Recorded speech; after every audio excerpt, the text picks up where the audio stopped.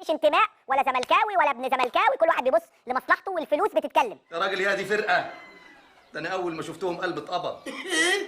فما تيجي تقول لي انا بنافس نادي عنده ملايين الملايين ملايين الملايين الملايين، وهي الملايين دي كلها هتجيله منين؟ من حقوق الرعايه، من حقوق البث، من فروع، من رجال اعمال، من شيوخ، من ادي النيل قروا بقى على العالم. ومره واثنين وثلاثه واربعه. الفلوس بتتكلم، الفلوس هي نمره واحد للعيبه. عايز اقول لك ان هو اختار الاهلي ما اختارش الفلوس، وانت بنفسك قلت ان بيراميدز عرض عليه مبلغ مالي كبير جدا ورفض بيراميدز، ورفض يمضي للزمالك 3 سنين ومضى للاهلي 5 سنين. اذا يعني هو ما بيفكرش بالفلوس. غير كده ان هو اتنازل عن مستحقاته لنادي ميتلاند.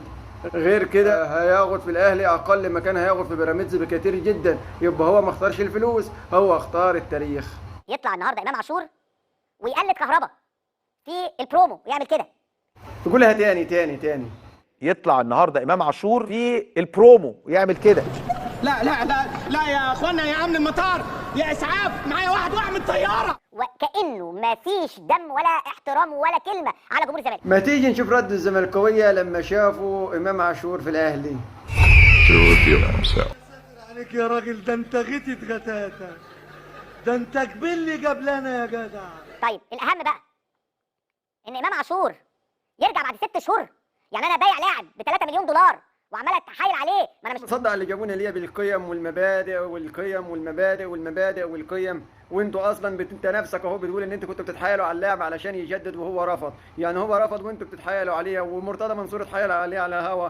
فين القيم وفين المبادئ اللي عندكم انتوا اصلا قبل ما تتكلموا علينا احنا؟ يعني انتوا ما عندكمش قيم ومبادئ اساسا، وتقول لي نادي الوطنيه والكرامه. ده لا في وطنيه ولا في كرامه. قال لي ميتلاند والله ما راجع. دي خطه ولا ايه؟ خطه مدروسه ومحبوكه صح. اتعمل الكوبري في 6 شهور ويقطع مسافة بين متعقبة للجزيرة في 4 دقائق وثانية، يعني 4-1. فحاجة زي الفل يعني. ونشكر هيئة الطرق والكباري على المجهود العظيم اللي بيعملوه في التنمية ورؤية مصر 2030. شكرا. هو في لعيب يرجع بعد شهرين يقعد في مصر؟ يا ابني اي حد يجي حافي للاهلي، يعني يجي زاحف من بره على ركبه عشان يجي الاهلي. عندي يقين ان الزمالك السنه الجايه هيكون في حته ثانيه. اكيد قصده الدرجة الثانية. الزمالك السنه الجايه هيقف على رجليه.